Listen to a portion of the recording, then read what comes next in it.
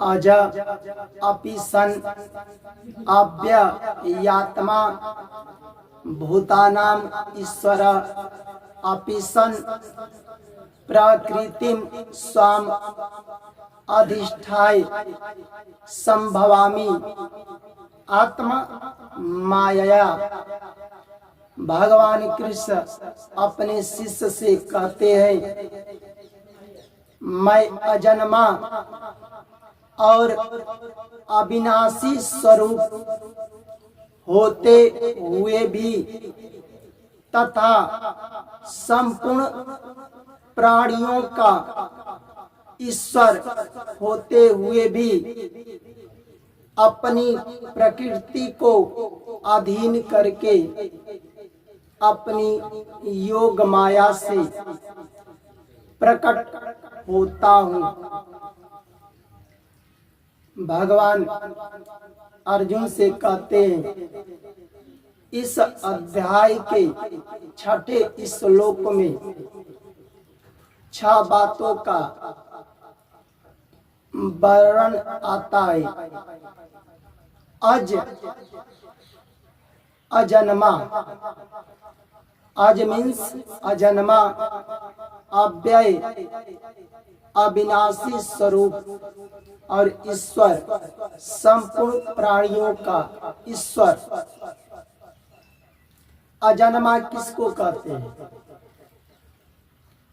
जैसे साधारण मनुष्य, पशु पक्षी है चाहे मनुष्य है, जैसे साधारण मनुष्य जन्म लेते हैं, जो माँ अपने बच्चे को जन्म देती है उस माँ को प्रसव होता है, दर्द होता है, और उस बच्चे को भी दर्द होता है। तो साधारण मनुष्य की तरह भगवान जन्म नहीं लेते। जन्म अगर होता है तभी वो उस माँ को दर्द होता है, बच्चे को होता है, और जो मरते हैं मनुष्य तभी दर्द होता है। परंतु भगवान अजन्मा है। भगवान किसी के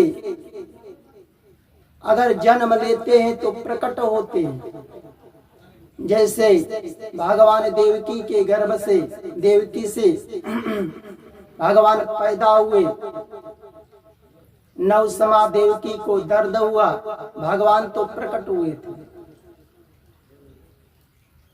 और अविनाशी स्वरूप होते हुए भी अंतर्धान हो जाते हैं।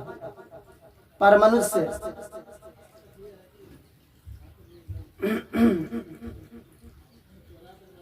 अविनाशी स्वरूप होते हुए भी भगवान क्या होते हैं? अंतर्धान हो जाते हैं। संपूर्ण प्राणियों का ईश्वर है। तो 3 बार अजन्मा, अविनाशी स्वरूप और संपूर्ण प्राणियों का भगवान ईश्वर है। ये 3 बात भगवान की है। और प्रकृति और योग माया, ये 2 जो बात है ये भगवान की शक्तियां हैं। जैसे पेड़ पौधा है, मनुष्य, ये क्या है? ये प्रकृति है। उसमें कौन है? भगवान की शक्ति है, आत्मा रूप से। जैसे यह शरीर प्रकृति से बना है, पर इस शरीर में कौन है? भगवान है। तो चल रहा है, जिस समय निकल जाएंगे। तो प्रकृति और योग माया, ये 2 बात भगवान की शक्तियां हैं। और एक बात, छठा बात भगवान के प्रकट होने का है।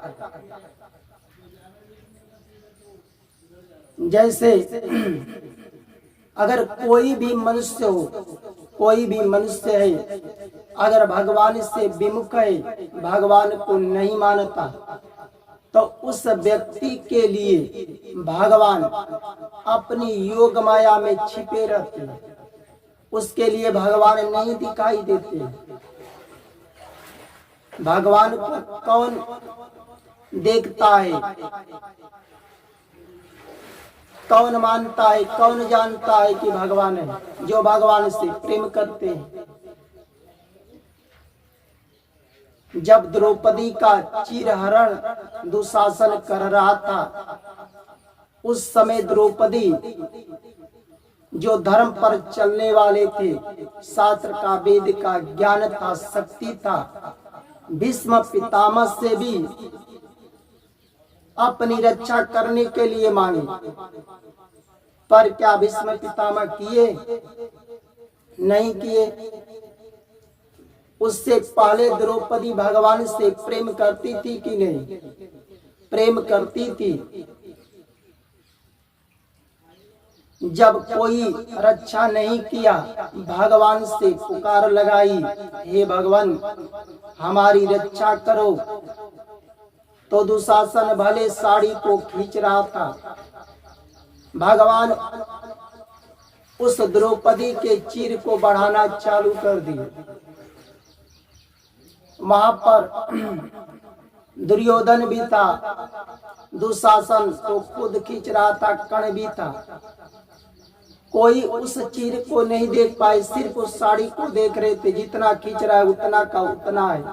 पर भगवान उस समय द्रौपदी के लिए योग माया से अपना पर्दा हटा लिए और चीर को बढ़ाना चालू कर दिया।